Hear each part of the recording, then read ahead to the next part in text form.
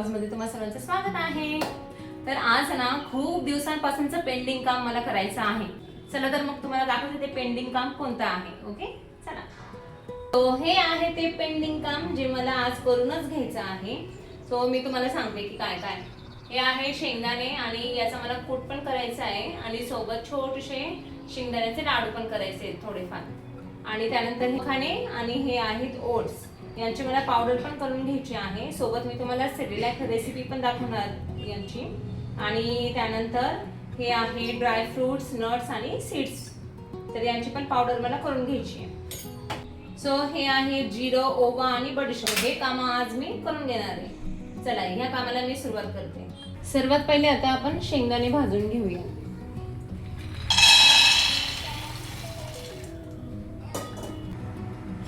सारखंच ना 5-6 दिवसापासून शेंगदाण्याचा कूट संपल्यामुळे जेव्हा पण मी शेंगदाण्याची भाजी करते ना, मला वेळेवरच कूट रेडी करावा लागत होता। आणि शेंगदाण्याचे लाडू पण ना भरपूर दिवसापासून चाललं होतं की थोडेफार करून घ्यावेत, त्याने कसं लहान मुलांचं मोठ्यांचं हिमोग्लोबिन वाढायला मदत होते। म्हटलं चला मध्ये मध्ये ते पण करून घेऊ। असं मंद आचेवर जर आपण कोणताही पदार्थ भाजून घेतला ना तर तो मस्त असा सगळ्या बाजूने कुरकुरीत होतो आणि छान भाजला पण जातो। हे बघा आता हा तडतडायचा आवाज येतोय आपल्याला। तो हे आता शेंगदाणे मस्त फ्राय होऊन झालेले आहेत। आता यांना मी काढून घेते, गॅस बंद केला। बघा ते मस्त असे फ्राय झाले। चला आता आपण मखाने फ्राय करून घेऊ। मी या ठिकाणी ना मस्त मखाने भाजून घेत आहे। आणि सगळ्यांनाच माहिती की मखाण्यामध्ये किती कॅल्शियम प्रोटीन असतो ते, त्यामुळे बोन्स आणि टीथ पण स्ट्रॉंग होतात। आणि या मखाण्याने ना इम्युनिटी आणि ओव्हरऑल ग्रोथ व्हायला पण सपोर्ट मिळतो।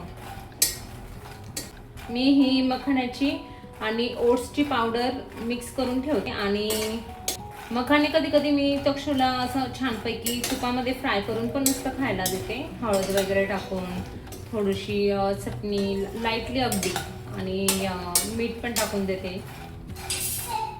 चटणी अगदी पिंच भर, त्याला तोंडाला लागणार पण नाही तेवढी, कारण की तो अजून भरपूर लहान आहे। 2 वर्ष 2 महिन्याचा असल्यामुळे त्याला हे फ्राय केलेले कुरकुरीत मखाने खूप आवडतात।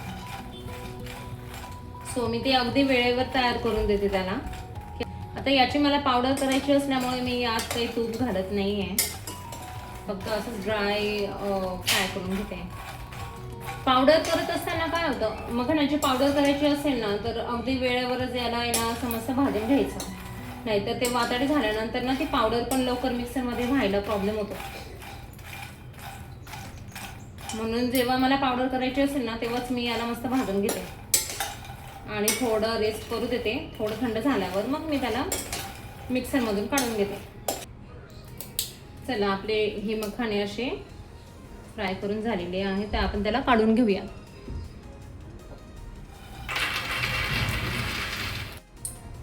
हे रोल्ड ओट्स आहे आणि मी ना कायमच ओट्स हे घरात आणून ठेवते, कारण की तक्षुला लहानपणापासून म्हणजे जसा तो 7-8 महिन्याचा होता ना तेव्हापासूनच त्याला कॉन्स्टिपेशनचा त्रास खूप होत होता।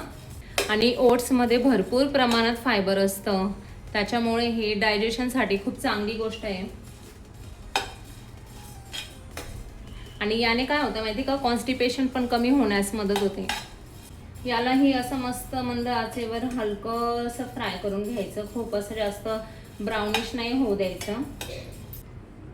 हे बघा या ठिकाणी ओट्स मस्त असे भाजून झालेले आहेत। आता ते आपण एका भांड्यात काढून घेऊ। अशा पद्धतीने मी हे एका प्लेटमध्ये काढून घेतलेले आहे। आता मी बदाम भाजून घेते। बदाम पण मस्त असं मंद आचेवरच भाजून घ्यायचे। मी कोणत्याही पदार्थामध्ये तुपाचा वापर केलेला नाही आहे, सगळे ड्रायच भाजत आहे विदाऊट तूप किंवा ऑइल। हे बघा असा हलका हलका तडतडायचा आवाज येत आहे मधून मधून, आणि असे छानपैकी मस्त हे फ्राय झालेले आहेत। हे बघा आता यांना मी काढून घेते एका भांड्यात। आता आपण काजू भाजून घेऊया। मी सर्वात जास्त बदामाची क्वांटिटी जास्त घेतलेली होती आणि बाकीचे जे नट्स होते जसं की आता अक्रोड असतील, पिस्ता असतील, ते अगदी थोड्या प्रमाणातच घेतलेले आहेत. आणि त्यानंतर बदामाच्या क्वांटिटीपेक्षा थोडी कमी क्वांटिटी ही मी काजूची घेतलेली आहे. काजू हे लवकर फ्राय झालेले आहेत, काजू लवकर भाजले जातात, त्यामुळे आता आपण ते काजू एका वाटीत काढून घेऊया. हे बघा, तुम्ही पाहू शकता की सूर्यफुलाच्या बिया, भोपळ्याच्या बिया आणि हे आहेत आपले टरबुजाचे बिया. हे खूप अगदी 2-2 चमचे क्वांटिटीचे मी घेतलेले आहेत आणि 6 ते 7 अक्रोड मी घेतलेले आहेत. हे पिस्ता घेतलेले आहेत कमी क्वांटिटीमध्ये. आता आपण अक्रोड भाजून घेऊयात. अक्रोडला खूप भाजायचे नाही, नाहीतर ना ते थोडेसे कडवट लागायला लागतात, त्यामुळे अक्रोड हे हलकेसे भाजून घ्यावे. आता मी काढून घेते, ते बऱ्यापैकी फ्राय झालेले आहेत. आता पिस्ता भाजून घेऊयात. पिस्ता हे ऑलरेडी रोस्टेड असतात, त्यामुळे त्यांना जास्त काही फ्राय करायची गरज नाही आपल्याला. या पंपकिन सीड्स, भोपळ्याच्या बिया. या पंपकिन सीड्समध्ये iron, protein, vitamin E, magnesium, phosphorus आणि झिंक हे भरपूर प्रमाणात असतात. त्यामुळे स्किन आणि हेअर इश्यूज पण होत नाहीत. पंपकिन सीड्ससुद्धा आता भाजून झालेले आहेत, तर त्यांना आता एका बोलमध्ये काढून घेऊयात. या टरबुजाच्या बियांमध्ये प्रोटीन, हेल्दी फॅट्स, आयर्न आणि मॅग्नेशियम यांचा खूप चांगला सोर्स असतो.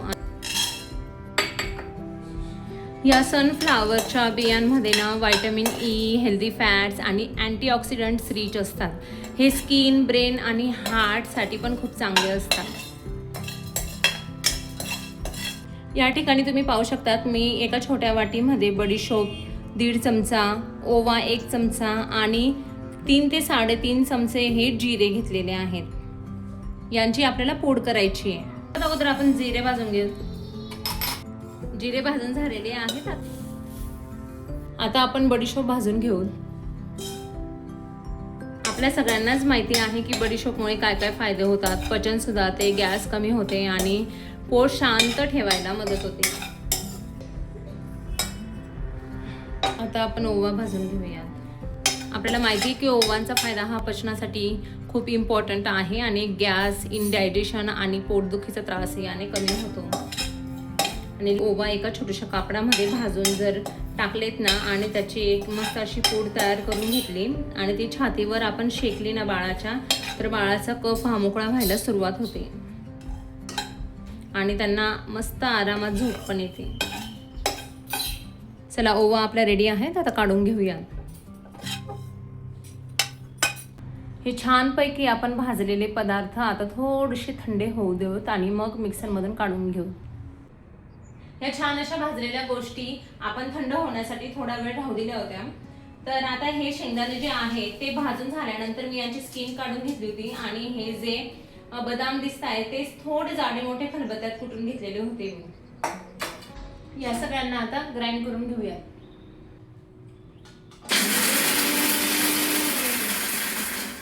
आता हे ड्राय फ्रूट्स, नट्स आणि सीड्स पावडर करण्यासाठी आपण मिक्सरच्या भांड्यात एकत्र टाकूया.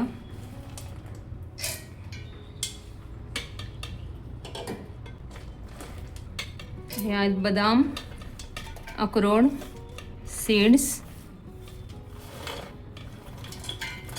काजू, पिस्ता, या सगळ्यांना असं एकत्रित करून टाकल्यानंतर आपण आता ग्राइंड करून घेऊया. अशी ही ड्राय फ्रूट्स, नट्स आणि सीड्स पावडर ग्राइंड करून झालेली आहे. जिरे, ओवा आणि बडीशोप टाकून घेणार आहोत. भांड्यात ग्राइंड करून घेणार आहोत. होममेड सिरेलॅक तयार करण्यासाठी आपल्याला लागणारे इन्ग्रेडियंट्स मखाणे, ओट्स, काजू बदाम, सनफ्लावर, पंपकिन आणि वॉटरमेलन सीड्स. आता आपण या सर्वांना मिक्सरच्या भांड्यात ग्राइंड करून घेऊयात. मखाणे, ओट्स, काजू बदाम, सीड्स. या सर्व इन्ग्रेडियंट्सला ऑलरेडी आपण भाजून घेतलेलं आहे. सो आता ग्राइंड करून घेऊया. अशा पद्धतीने आपली ही होममेड सेरेलॅक रेसिपी रेडी आहे. होममेड सेरेलॅक पावडर नंतर आता वेळ झालेली आहे शेंगदाण्याच्या लाडूची. सो आता मी शेंगदाण्याचा लाडू करायला घेते. आता 1 चमचा तूप घालणार आहे. 1 चमचा तुपामध्ये आता मी 1 वाटी गूळ टाकून घेतलेला आहे. गूळ असा तुपात छान मस्त मेल्ट झाल्यानंतर आता आपण त्यात टाकून घेऊयात शेंगदाणे. 1 मोठी बोल या ठिकाणी आपण शेंगदाणे घेतलेले आहेत.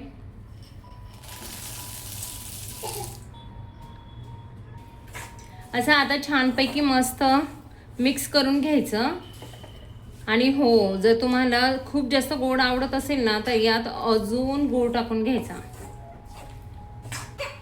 आता छानपैकी असा मिक्स करून झालेला आहे. आता आपण याला एका प्लेटमध्ये काढून घेऊया.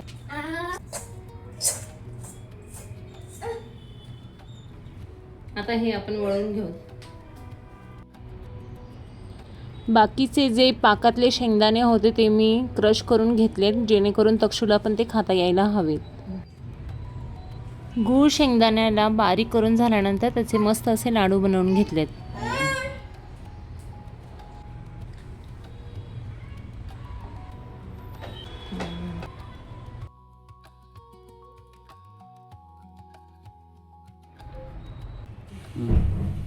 फायनली शेंगदाण्याचे लाडू रेडी. फायनली माझं हे काम कम्प्लीट झालेलं आहे. चला तर आता एक शेवटचं काम करून घेऊया. तर हे सगळ्या बरण्या भरायचं. सर्वात अगोदर आपण ओट्स आणि मखाना पावडर भरून घेऊया. हे आहे होममेड सेरेलॅक. ड्रायफ्रूट्स, नट्स आणि सीड्स पावडर, जिरा, ओवा आणि बडीशेप, शेंगदाण्याचे लाडू. आता एक लास्ट इम्पॉर्टंट टिप. ही जिरा, ओवा आणि बडीशेप पावडर आणि ही ड्रायफ्रूट्स, नट्स आणि सीड्स पावडर या दोघेही पावडरचा यूज आहे ना तुम्ही बाळाच्या मंथनुसार आणि इयरनुसार करा. तर ह्या पावडरला ना मी खूप छान असं नाव दिलेलं आहे डायजेस्टिव्ह मॅजिक पावडर. आणि ह्या पावडरला सुद्धा मी एक नाव दिलेलं आहे पॉवर पंच पावडर. तर तुम्ही काय नाव द्याल ह्या दोघंही पावडरला मला कॉमेंट सेक्शनमध्ये कॉमेंट करून नक्की सांगा. ह्या सगळ्या रेसिपी मी तुमच्यासोबत शेअर करून मला खूप छान वाटलेला आहे. सो तुम्हाला हा आजचा ब्लॉग कसा वाटला मला कॉमेंट सेक्शनमध्ये कॉमेंट करून नक्की सांगा. Thanks for watching. भेटूया पुढच्या ब्लॉगमध्ये. Take care, stay safe. Bye bye.